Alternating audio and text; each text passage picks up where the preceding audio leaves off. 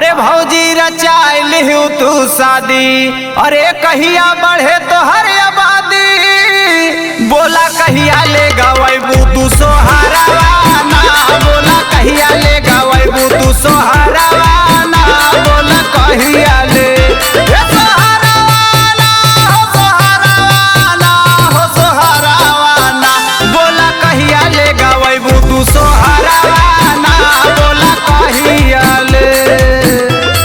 अरे तोहर भैया परदेश है, जल्दी बोलावा उन्हें। ठीक बा देवर बबुआ।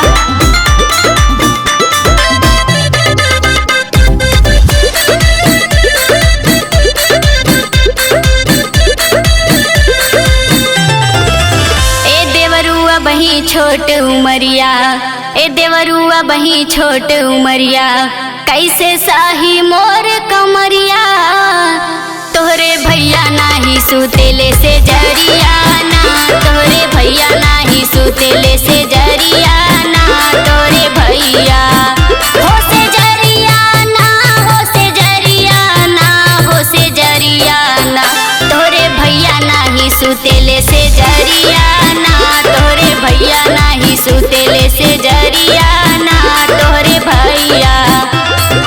तब ई दिन देखे मिलत बहो। अरे सही का तारा हो देवर बबुआ।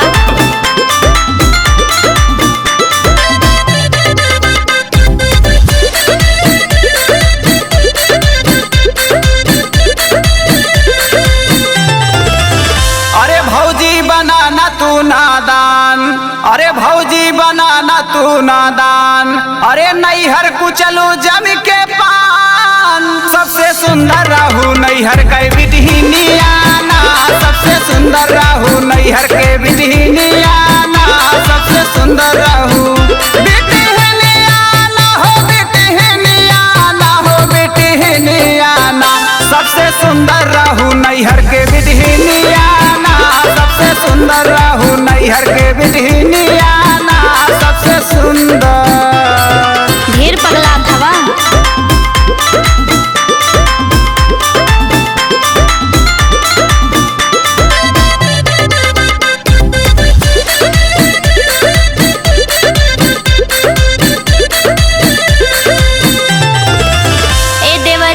बढ़ के ना बोला, ए देवरू बढ़ के ना बोला, नाही त कुचब तोहर लोला, झोला लैके जा तू पढ़े स्कूलिया ना, झोला लैके जा तू पढ़े स्कूलिया ना, झोला लैके हो स्कूलिया ना, स्कूलिया ना, स्कूलिया ना, झोला लैके जा तू पढ़े स्कूलिया ना, झोला लैके जा तू पढ़े स्कूलिया ना, झोला लैके।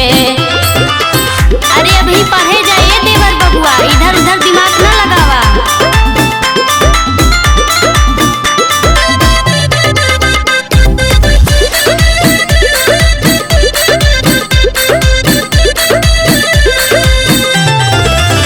अरे पिया धर्मेंद्र के बोलावा, अरे पिया धर्मेंद्र के बोलावा, अरे जल्दी फोनवा तू लगावा, अब की चैत में गवाई दा सोहरावाना, अब की चैत में गवाई दा सोहरावाना, अब की चैत में हे सोहरावाना हो सोहरावाना हो सोहरावाना, अब की चैत में गवाई दा सोहरावाना, अब की चैत में गवाई दा सोहरावाना, अब की चैत में। अरे गवाई दा ये भौजी।